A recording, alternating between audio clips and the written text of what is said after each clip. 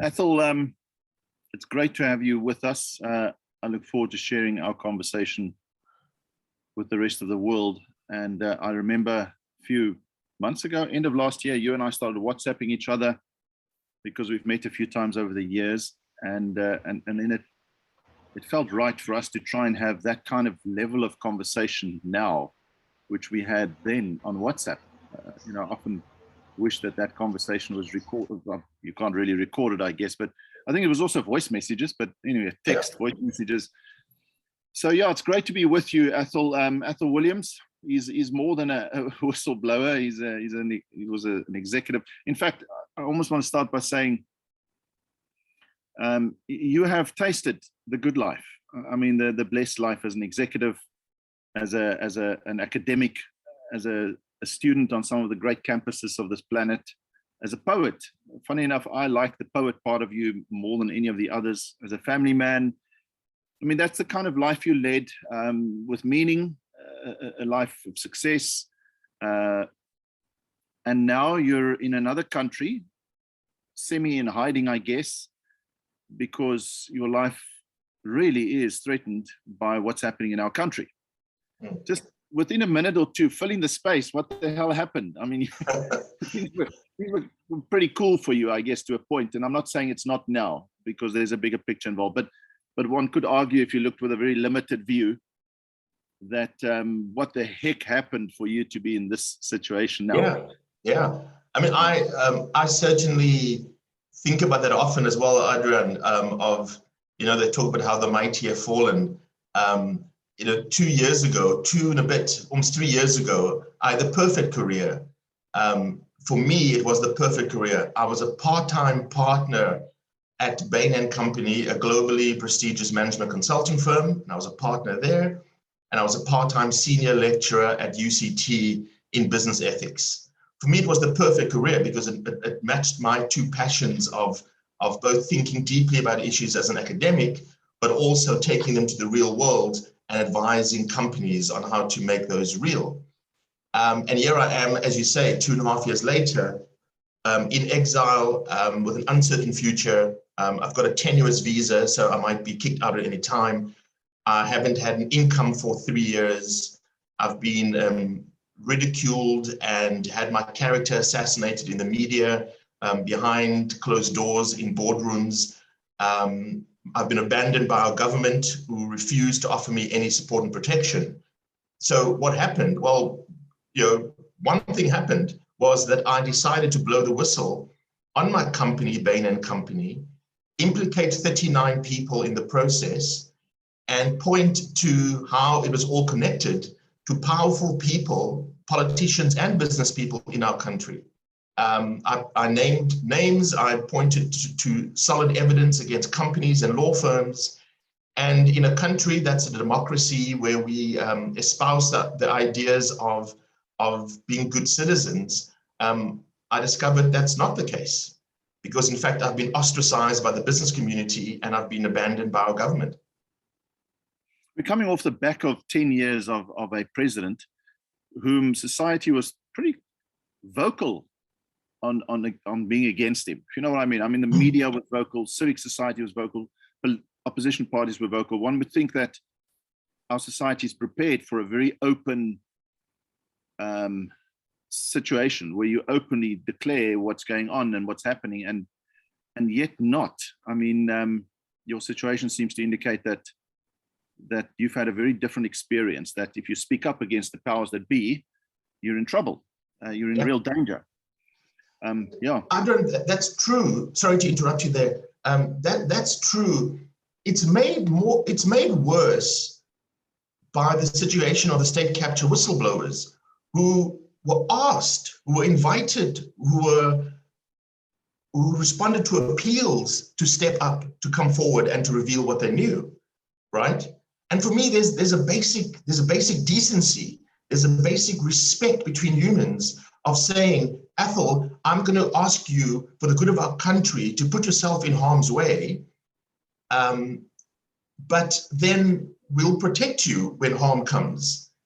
Now, the first part happened and the second part didn't happen. So yes, I voluntarily blew the whistle and I continue to be involved with investigators. It doesn't end after you blow the whistle. For the last 2.5 years, I've been constantly in touch with investigators, with the media, dealing with attacks. It's ongoing. And even today, still, I'm potentially a state witness for the prosecutions that might come. So there I am, continually acting for the good of our society. And yet our society continues to say, we won't offer you absolutely any support or protection. And so I think that requires some very deep introspection, Adrian, because I think it talks to something deep, an apathy perhaps, a selfishness perhaps of saying we want from certain people, but we don't want to give. I find it inconceivable that I've written to our presidency 6 times now and don't get a response, where I say who I am, what I've done, what I'm asking for, and I don't even get a response. So the person sitting on the outside watching this from the pavilion while you're playing this really rough, bloody game on the field, they look at it and they see your voice come out often, and you're often being interviewed and so on. So maybe they cannot conceive what it really is like, because the very superficial mind says, "Well, he's known, man. Surely opportunities will come. Surely some good citizens that are wealthy and influential out there will pull him closer." And I mean, that's what you thought was happening at Bain. But so it sounds like a very stupid question to say, what is it really like? Okay, what is it really like in your position? Some would say, well, one day you might get a merit, whatever you call those things. One day maybe you'll write a book and be a global superstar, but it's not that. I mean, you don't see that right now, do you? What do you see?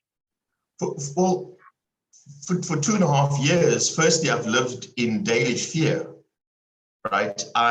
The day I testified, the day of my final day of testimony, the 24th of March last year, so almost a year ago, I got a call from an international whistleblower NGO based in France, who said they've been following my testimony, they've watched what I've done, and they said to me, based on their experience around the world, I should leave South Africa, right? And I thought they were mad, right? I mean, we laughed about it thinking, that's crazy. I've acted for the good of my country. I've no doubt if there's any danger, I'll be protected. I then contacted the Zondo Commission, who I stood up for and acted in their, to support their mandate. And they said they could offer me no protection, right? So I got a bit nervous. I then contacted NGOs in our country, and they all said they've got no resources. That's when you discover that there's no number to call if you're a whistleblower or want to be a whistleblower in South Africa. There's no website to go to get help and get information. I then just hunkered down. I spoke to friends who told me, you are in real danger. Then in August of last year, Babita Deokaran got killed. And then it became very real for me, this idea that, well, I really am in danger. And I've got emails from people, former government officials, senior government officials, who said to me, Athol, you're in the crosshairs. There's a coordinated effort to silence you. So just on the physical safety side, I lived in constant fear. But in terms of engaging with South Africa, I've been a strategy advisor in South Africa for over 15 years. So working with CEOs is what I did. I began contacting the CEOs who I know, saying, hey guys, I'm available for board positions, for advisory mandates. And without a doubt, without an exception, I got similar stories of saying, oh, we got nothing right now, or, oh, we'll get back to you, and they never got back to me. And when I did speak to them, I got a real sense of reticence. There was a reticence to engage with me, whereas just a few months earlier, they'd be calling me and I'd be kind of saying, I'm very busy right now. And what changed was I'd now become poisoned. And what had I done? I'd spoken truth. And so in my mind, who is afraid of a truth teller but people who have things to hide? I was told by UCT, where I was an ethics lecturer, that suggested that I leave because I was causing so much trouble. I was involved with Zondo. They called my involvement with the Zondo Commission as my personal interests. I'm spending too much time on my personal interests, and so suggested that I leave. UCT then conducted an investigation into me, where they produced a report that went to the council of UCT that recommended they cut all ties with me, a report they refused to show me, right? And I've got on and on, Adrian, of people just saying, you know, we can't help you. So Athol, do you, or a small part or a large part of you, regret that you've done this? If you make yourself vulnerable, I mean, you've been vulnerable for years now. Does a part of you want to regret that you've done this, or it absolutely regrets it, and the part of you says, no, you have this, you know, these two wolves fighting with each other inside of you? Yeah. Do you have that? Have you had that go on, or not at all? There's been such a mix of emotions and constant tension. I think the biggest emotion I've had within myself, I mean, I've had anger and disappointment towards our society, but within myself has been doubt. There's been a self-doubt in the early days in particular, less so now, but doubt about whether I've done the right thing. And I actually, for inspiration, it seems cliched, but I went and reread parts of Long Walk to Freedom, Nelson Mandela's book, to see if he had these experiences of self-doubt. And when he was on Robben Island, he writes about questioning himself of whether he's done the right thing. But interestingly, he doesn't question whether he's done the right thing for South Africa. In the same way, I don't question that I've done the right thing for South Africa. He questioned whether he'd done the right thing by his family. And that's the part that, for me, I would never want to do this again. So if I answer your question directly, it would be, I have no regrets with what I've done in terms of the positive impact it's having in our society. And I think it's still having, because that impact isn't complete yet. We now have so much of what was hidden is out in the open. We have the Zondo report, which relied very heavily on my testimony for the SARS part of its report. We have now discussions going on about corporate ethics and corruption deep into the private sector. I mean, I've been saying the private sector captured South Africa, not Jacob Zuma, not the Guptas. The South African private sector captured South Africa. We can talk about that. So a lot of these things have happened now. Bain globally has been finding a light shone on it because of what I've done. So I have no regrets about what I've done for our country. But Adrian, I would never want to put my family through what they've been through, right? For me, on Christmas morning, to be sitting here and my mother's in Cape Town and we have a video call, and for her to be in tears throughout the conversation because she fears for my life, because she misses me, that I would never want to put anyone through. And for me, that's the tragedy of what our government and our society has done, because they've made the cost and burden of being a whistleblower so high.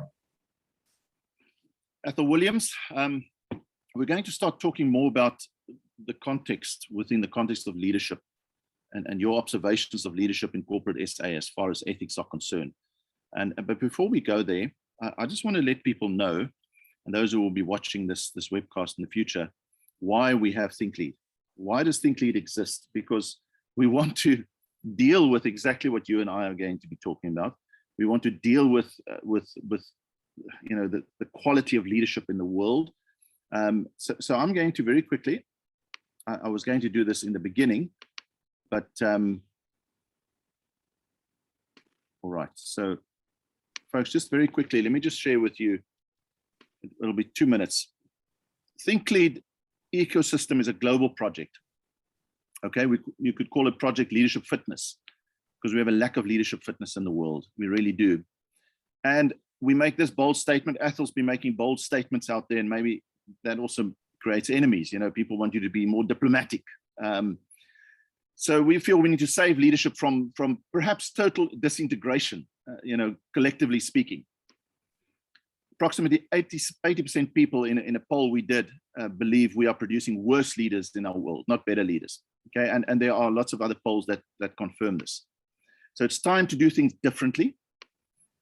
And we want to assist leaders to think and lead on a whole new level. That's where the word think lead comes from. We want to assist leaders to think and lead on a whole new level. So we want to have these in-depth conversations. We send 2-minute clips out there about the essence of leadership wisdom that leaders have discovered. We do all we can. ThinkLead ecosystem is an ecosystem that's doing what? Firstly, it's gathering those that are already authentic and effective. So there are a few, less than there should be, authentic, effective leaders out there. And we want to gather them into this ecosystem, but we also want to develop those with potential. Okay, so we assume the young up and coming leaders, and even those who think they're great in the middle level or senior level who aren't, hopefully they discover it and they also join us to become more leadership fit. And then we want to assist those two groupings, those who are already authentic and effective and those who are potentially and are being developed. We want to assist them to remain effective and authentic. How will we do that? Inside the platform, we're rewarding continuous leadership development. So whenever these leaders do anything to make themselves better and to help them lead their people better, then they are rewarded with what we call CLD points, continuous leadership development points. And in the end, that will result in a portfolio of evidence where they can prove to the world what exactly they have done to become a great leader, what they've done to be effective. And it's very much like your CPD points, continuous professional development that we have out there. And ultimately, the jump then to professionalizing leadership is very, very small. And that's where we're heading.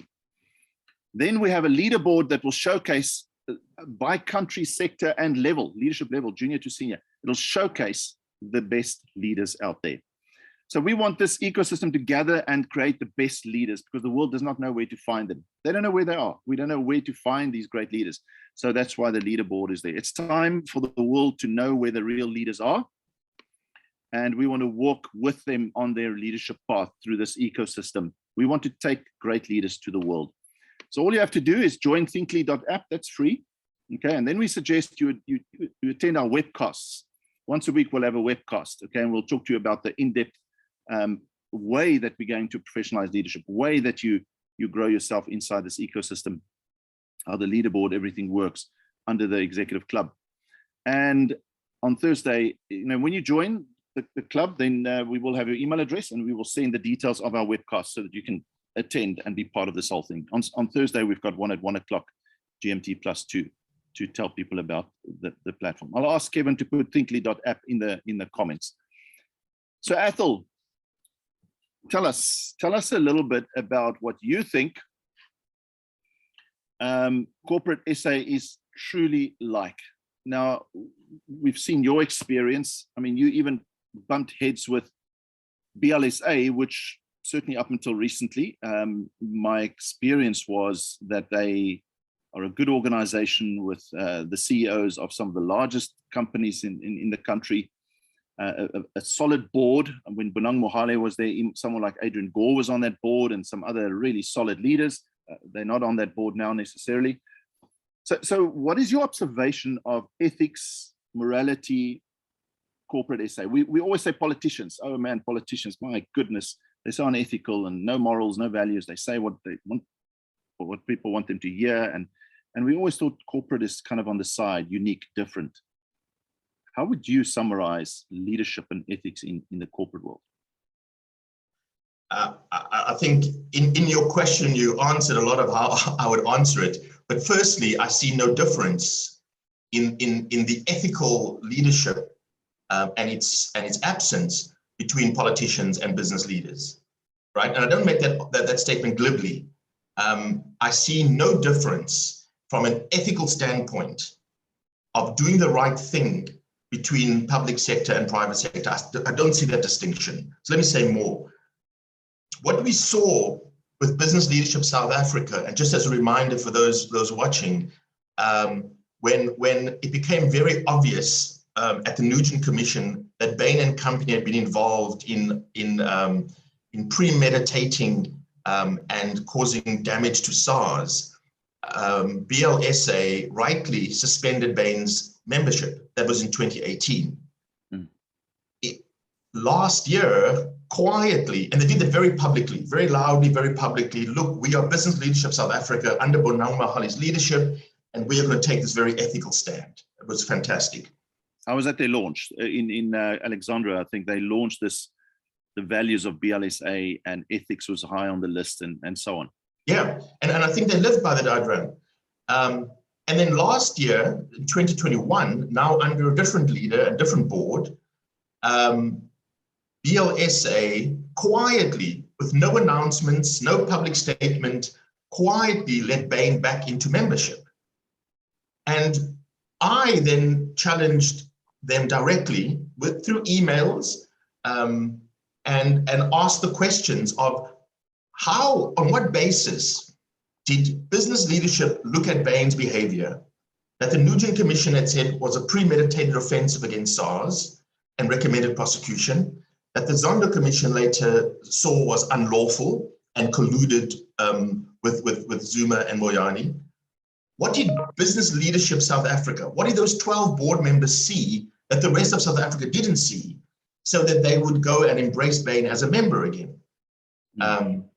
And it was absolutely shocking to hear the response, because the response had two essential elements. The one was, let's forget the past. Athol, you're talking about the past. Let's look to the future.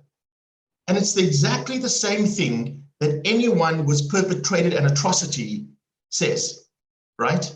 Forget about you're bleeding, you cut up and you got a broken leg because I beat you up. But let's forget about that. Let's look to the future. And that's the one thing they said. So completely want to rubbish all the questions about Bain's involvement in corruption, state capture. And then secondly, they just filled the airwaves with just a bunch of lies. I mean, and there were lies because there was just no factual base to support them. Now, just on this point of calling them lies, people keep saying to me, Athol, just be careful. These are very powerful people that will sue you for defamation. And it's interesting that no one sues me for defamation. Even at my testimony to the Zondo Commission, Bain refused to cross-examine me. They haven't challenged a single thing I've said. BLSA haven't challenged a single thing I said. Why? Because I've talked about documents, Adrian. I've got documents, I've got emails, I've got reports, I've got letters, and everything I say is based on actual documents. Not my documents, Bain's documents. So when business... I don't know, those who are here, there's some really wonderful people here. Maybe you want to put some questions in the chat group. No doubt Athol will come back.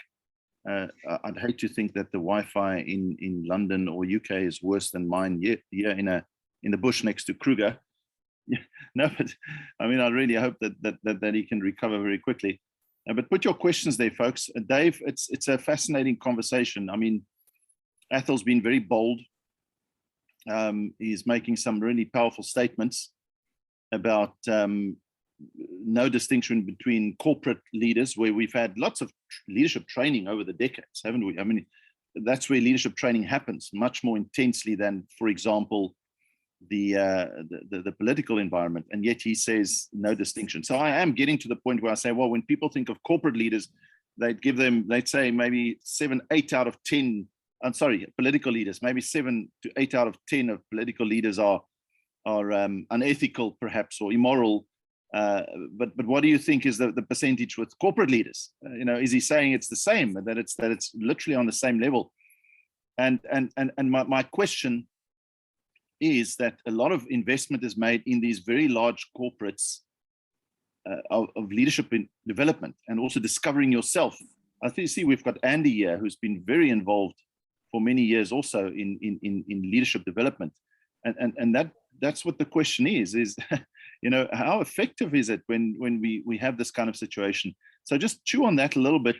But Adrian, it's also interesting. We always say that, you really tell the character of a leader when it comes to finance. And amazing how many people will sacrifice their values for the quick fix, whether it be the recognition of achieving certain results, whether it be getting more money for themselves, or et cetera, et cetera. That's the big challenge that we have. Unfortunately, they might get all the things on the outside, but I can promise you on the inside, they're killing themselves. Yeah. So anyway, Athol's back with us, and I don't know whether Andy wants to comment on that or Dor, but let's get back to a discussion with Athol. It's extremely interesting. I see Andy made a comment there. We'll pick up on it. So Athol, you back with us? I was just saying to everyone, I really hope that the Wi-Fi in the UK is at least as good as here in the bush. There you go. An advert for first world's Wi-Fi capabilities. So let's just very quickly, you were saying when BLSA, and then for me, you disappeared there. So I don't know if you know where to go back to. Yeah, apologies for that. I was saying, when those 12 executives on the BLSA board that include the CEO, the JSE, the CEO of Nedbank, the CEO of Standard Bank, Bidvest, these are serious companies. When they looked at the Bain situation, they said there's no problem here. So we can readmit Bain as a member. And so we can tell the world Bain is fine, Bain is clean. Now, what happened there? I don't think it's that they looked at different facts that you and I looked at. I don't think they interpret the facts differently than you and I would interpret. I think they just ignored the facts. So this wasn't a failure of interpretation. This was a failure of what matters. And this is where it becomes very important, Adrian, because I see South African business from an ethics standpoint behaving with exceptionalism, of saying we are apart from society. There's a set of rules of ethics and morality for society, and we as business operate with a different set of rules. So in society, it's wrong to be corrupt, to steal, to cause harm to others, but we in business find that's absolutely okay. Now, business people will react very strongly to this, but I'm suggesting we look at the evidence of this, right? That they would thumb their noses at South Africa, in effect, to say we will embrace a company who not only was involved in corruption, but attacked our very democratic institutions. So the moment a club of people say they are a friend of ours, we embrace them, we must believe that that club embraces those principles. Okay, so I guess, Athol, we speak of polarities. So there's this situation that you sketch without fear or favor. And then there's me and others, maybe even you and others in this Zoom conversation today, that have met some of these leaders. So I haven't looked at who's on the board at the moment. I'm willing to say that I probably have met one or two or three or some of them. And if you look at the broader 84 or so large organizations in BLSA, I have most certainly met some of them. And my impression would be that they are good, upstanding, ethical people trying to run honest businesses with a lot of integrity and good customer service and so on. So yet you're highlighting something here that maybe we need to define more, because the evidence is clear. The board, consisting of CEOs of top companies of BLSA, did that. Okay, and I'd love to be able to speak to them and say, well, do you regret that now that it's been highlighted? Did you make a mistake? Because Boosie hasn't said they've made a mistake. I don't think. I haven't heard her say. And I think Boosie is a great, I think she's done well. And then she followed in Bonang's footsteps, and dynamic, great. But then this thing happened. And what did it do to them, to us? What did it highlight in our world, the corporate environment? So I don't know if you want to push back on that or any comments on that. I think what it did was reveal. I think it's revealing, right? We as critical thinkers have to look beyond these superficial statements on websites about integrity and about honesty and about values. Surely we must think more deeper than that. And you judge someone's beliefs by their actions. I can't know, no one can know what's in my heart and in my head. You can't know it, but you can see my actions, and our actions are driven off our beliefs. So to judge someone's beliefs and their principles and what they really believe, I never listen to what they say. I look at their actions. And even after we presented more evidence to Boosie Mavuso, the CEO of Business Leadership South Africa, she continued saying, right, Bain have got new leadership. Bain fired all the old people. Now, Adrian, the fact is, Bain didn't fire a single person. All the people, then they moved them, right? In 2018, when I got to Bain's offices, the 14 partners who were there all had their passports in their pockets, and within a week or two, they were all out of the country. Bain moved them out, right? They were still in the Bain system. So Boosie stood up as a CEO in our country and spouted lies that even today she won't defend. When I speak to her one-on-one, she hasn't got the facts to defend it. She told me, and I've made this public, she told me, Athol, you don't like the answer, just live with it. Now, that's not how leaders deal with these complex issues. I'm sorry to interrupt you there. I think the deeper question for us, you made a statement about you see these CEOs as ethical people wanting to serve their clients in an ethical way. I think it's a very wild assumption. It's a very wild assumption. I think it's a good assumption to have about anyone, but I think the facts don't bear them out. So I tell you, Adrian, the question I've been thinking about, and it is one of the questions you and I debated on WhatsApp, was who gets appointed as CEO, right? Who gets appointed as CEO in South Africa? Now, we might want to say the most ethical person gets appointed as CEO, maybe. We might want to say the best leader gets appointed as CEO, right? Maybe. Or do we get the most compliant person gets appointed as CEO because the shareholders of the board have got an agenda and a strategy and they want someone just to implement it? Or do you want, or does the best controller get appointed CEO? And so on the one hand, when we go to business school and we think about business, we think that the best leader and the most ethical person gets appointed CEO. And that's what we are told to believe. On the other hand, when I observe CEOs, they're actually exercising controllership, not leadership. It's controllership.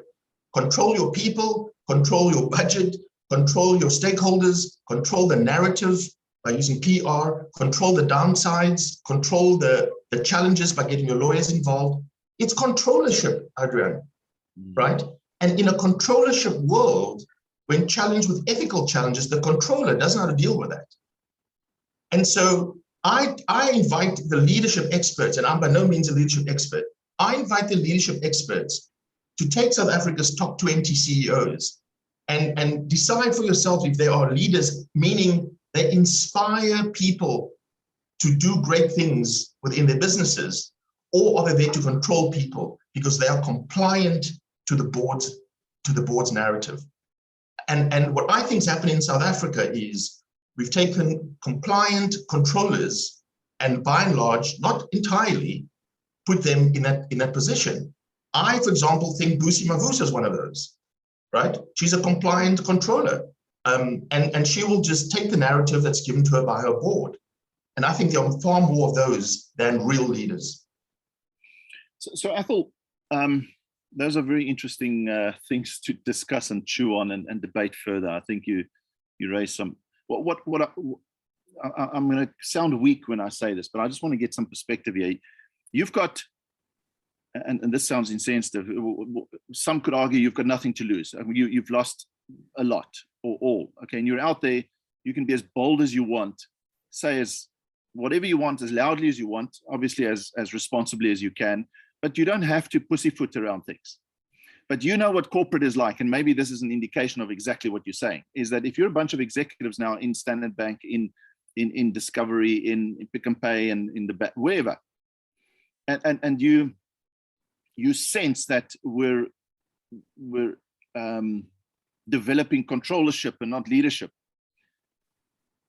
you surely can't, and it sounds wrong, but you can't be as loud as Athol. Because the corporate environment does not allow you. They will quieten you. You will lose your future. You will not grow. You will not climb the corporate ladder. So how do you manage that? What's your message to people whose livelihood is at stake, which you've experienced? But everyone can't go out like Athol. We've also had this discussion, you and I. Sorry, I'm talking a bit long, but where this is your mission, and most of us appreciate it. But all of us can't go out of town and be whistleblowers and fight your battle, just like I'm involved with leadership improvement in the world, but everyone can't do that. Yeah. So what's your message to those leaders? And then before I give my message to those leaders, I think what you've just said proves my point, right? And I think you've proven my point, that because of the way corporates work, we encourage compliance. And so we then wonder how corruption happened. Well, this is how corruption happens, because someone had to sign the check or sign the approval for payments to happen. Now, well, if the accounting manager or the CFO complained, his career would be at stake, right? And he's got family to feed. And so he just signed it. So for me, what you just described is exactly the problem we face. And so we say, how can they be unethical, Athol? What a horrible thing to say. And I said, well, when you see something wrong happening and you do nothing, is that not unethical? When you know things are acting corruptly, when you see people at work being sexually harassed, when you see tax being avoided and you do nothing, is that not unethical behavior? And so we've created a corporate culture of compliance. So when wrong does happen, everyone looks the other way. So this is our problem. And this is why I make my statement that says the lack of ethics is as much in the business sector as in the public sector. When you say compliance, you don't mean corporate governance. No, sorry. Yeah, I don't mean corporate governance. I mean, I'll do what my boss says. That kind of compliance. So compliance to position, compliance to those that are more powerful than I am. Yeah, which is understandable. That's the world we live in, is when you have title over others, there's compliance involved, which is a very difficult thing to fight. Yeah. When you're junior, it's a very difficult thing to fight. Because your boss is controlling you, right? Correct. Right? Correct. On the other end of the complier is the controller, right? Now, if my boss was a leader, it inspired me, right? It inspired me to be truthful. It inspired me to rise above my environment. Okay, very, very powerful. I'm a slow learner sometimes, and in that sense, the penny has dropped even deeper for me. I mean, I did understand what you're saying. Andy Bruff says, yeah, would be good to hear Athol's take on how we raise the level of personal and professional accountability in corporate leadership. With what he has been through, does he see that is even possible? I mean, you have to believe it's possible, don't you? But man, it's so entrenched, this controllership, if you want to call it that. Yeah. Positional power, as opposed to, it's leadership over, not leadership with. Yeah, it's exactly. I'm going somewhere. It's me Great over description. Okay, see if you want to answer Andy's comment there. Anyone else, you're welcome to put your comments there, or even jump in and ask the question if you want to. We won't see you as too rude. Just a comment on Andy's question. I think, what am I advocating for, right? I worked in business for almost 20 years, most of it as a strategy advisor. I worked in corporates in the UK, the US, and South Africa. So I understand the pressures and the constraints, importantly, the constraints. What I'm advocating for is almost as simple as an honesty, right? I'm saying, cut the BS. If you are saying we will act with integrity, then act with integrity. I'd rather have companies say nothing about integrity and just say, we're about profit only. Everyone in our business is about profit only. If you invest in us, you get profit. You don't get any of the other frills, because then I can lead that business with honesty, with truth, right? What we do is now we confuse everyone. We confuse our staff, we confuse our investors, we confuse the market by saying all sorts of things which actually most of the time conflict with each other. Because if you say we will always act with integrity as a business, then that must mean that when a push comes to shove, when it's my bonus or my profit versus integrity, I'll act with integrity. And yet I challenge any boardroom who has turned down an opportunity because it would be bad for their bonuses, right? So how we then increase personal accountability, it's partly around the trade-offs we as individuals are willing to make, right? So I as Athol could have stayed in Bain, right, earning a fortune and just kept quiet. I saw bad, I could have been quiet. Now I'm saying a lot of people in South Africa are seeing the bad, and we are saying, oh my God, all this corruption going on. Well, people on this call are seeing some of that bad every day and doing nothing. So they've got to make a decision about the society they want to live in. We can't be overlooking what we can change and then point fingers at others. And so it has to become a personal accountability that says, I will act to create the society I want to live in. It's for those who are here today and those who will listen in the future. Athol sent me a WhatsApp Luckily, I don't know, maybe I'm fairly mature and I know him, but his WhatsApp said, Adrian, how would you feel if I told you that you're part of the problem out there? That was I've got proof here. And then we started engaging about that. Now, Athol, are you saying that, and those of you who don't know, I've had radio shows on flipping classic FM some time back and Summit TV, and then on Cliff Central for years, interviewing top leaders, okay? Because those are the people we're supposed to learn from. So Athol said, by interviewing all these top leaders, you're part of the problem. Are you saying that I am, if I continue to just do that, interview all these CEOs and top politicians, I'm interviewing controllers who are speaking good leadership, but not living it, and therefore I'm creating a dichotomy or a falsehood or a I don't know what. Just maybe describe that for a moment. My very provocative WhatsApp, which I'm glad got your attention, and I was far away from you, so you couldn't punch me, was saying that there's the risk of perpetuating poor leadership by equating CEO to leader blindly, right? Or not blindly, well, just by equating them. If you equate CEO to leader, I think that's problematic. I think position to leader. You can say that, can't you? Yeah, exactly. Yeah. Right? Because what I just find, just my observation, all you would say, and most leadership experts would say when they define a good, authentic leader, is not what I observe in a lot of those people you interview, right? And we know that before they come and speak to you, they spend many hours with their PR teams, prepping them on what to say. I'm not guessing this, I know this because I've been on the other side, right?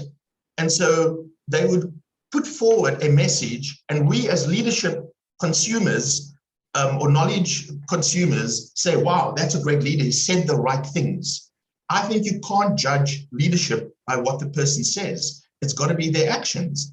And so what we're going to do is say, let's get the Tiger Brand CEO on a call and ask him about his view of leadership when his company created products that cause people to die, and they are now refusing to make reparations to those people because they're going to court suing the people who have died, right? Now we're talking serious leadership.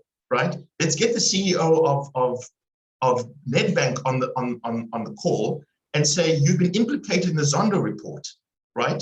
Now let's talk about leadership, not the PR stuff, because then you avoid the PR stuff. So my comment was, we as leadership,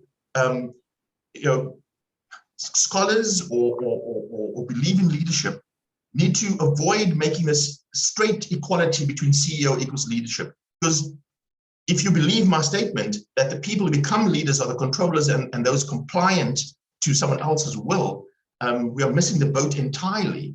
And in fact, we should be speaking to the next layer of people or different people altogether, right? We never speak to the person who's left a company and ask them, really, really, why did you leave that company? Chances are that was probably the authentic leader that board didn't want because they were going to do the right thing in the business. Athol, I mean, I'm a activist by heart, and therefore like this kind of talk, because I want us to develop real leaders for this real world, and that's why in the beginning, or somewhere 10 minutes into the discussion, I shared a few slides. For those of you who just joined, Kevin can put it in again. We started Think Lead Ecosystem, and that's thinklead.app. You go to thinklead.app. What we're trying to do is help leaders think and lead on a whole new level, this kind of thinking. We're trying to create authentic leaders, whatever that means for us, but real leaders who are truly authentic inside this ecosystem. Grow it, grow it, grow it. And can we turn around the leaders you talk about? Of course, that's a bigger job if there's a turnaround. Now, I just want to state clearly that I'm very largely convinced of what you're saying, okay, but I'm not 100% convinced, because a lot of these leaders never met with their PR people and they're still willing to talk to me. But the truth is also that often leaders who are not really authentic, level 5 leaders that what's his name wrote about, I forget, Jim Collins, those leaders often don't want to be in the media. They actually don't want to be interviewed. Big revelation. The ones who love being out there and talking they're the ones who get the interviews, and that's always bugged me about interviewing leaders. But in the middle of that, all of that, there's a truth. Yeah. And I think you're close to it from your side, coming from the radical left side or right side, and then there's another truth somewhere in there. But you need to make your voice known so that people can really investigate this. Folks, any questions? I mean, Athol, you and I also chatted about the pressure on leaders in a complex world, resulting in the real leader coming to the fore. Someone just saying there, Athol, I admire your courage and conviction. I think Dave. Any other questions, folks? Please ask them. Type them there. Is that what we're seeing more and more? Leaders are more visible. They have a more complex world to deal with. Everything is integrated and interwoven, sort of. So they're under more pressure with more information to make quicker decisions, more difficult decisions, and yet that then shows who you really are. Okay, so yeah, I won't mention names, but some of these leaders, were they really under pressure before? They are now. Is Ramaphosa really under pressure now? Yes. So what kind of decisions are being made? Comments on that? Yeah, Adrian, I've got huge respect for anyone who takes a leadership position, and I'm sympathetic to the challenges they face. I couldn't do it. So people are right in saying, easy for Athol to say, right? Let him come and run a multinational company that's listed on multiple stock exchanges with different requirements, right? I fully respect the complexity of that. I think it's partly what you're saying is, if I'm going the one end and others are saying it's the other end, it's probably somewhere in between, because I think what happens in the complexity is we try and simplify the complexity. I think somehow we are wired that way or trained that way to say, give me the 10 things I must do, right? There's all this noise and complexity, but give me the 10 things I must do. And for me, that's always, as a strategy expert or strategy professional, that's always the difference between a plan and a strategy, because the plan will say, here are the 10 things to do. A strategy will help you make the trade-offs and decisions around the things you should do. And so I think with all the complexity, we look for simplicity. And I think that's what our leaders are currently doing. They're saying there's so much noise, they need to focus on these few things. And invariably, we then have opportunity to criticize them for not dealing with the other things. And so I know I'm guilty about that. It's like we saw, people say Nelson Mandela was a poor leader because under his watch, HIV went crazy in the country. Well, he was trying to avert a civil war, so he took his eye off that ball, but kept other 10 balls in the air. And so we can always criticize leaders. So I want to put my critique in that context. So I think that's important. I do think what the biggest skill then for leaders is to be able to not have the 10 things so much. It's actually to have the 3 things, but not have them perfectly etched in stone. But saying, how do I make the decisions around these 3 important things? So do I consider the ethical implications? Do I consider the environmental implications and the financial implications, etc., around the important things?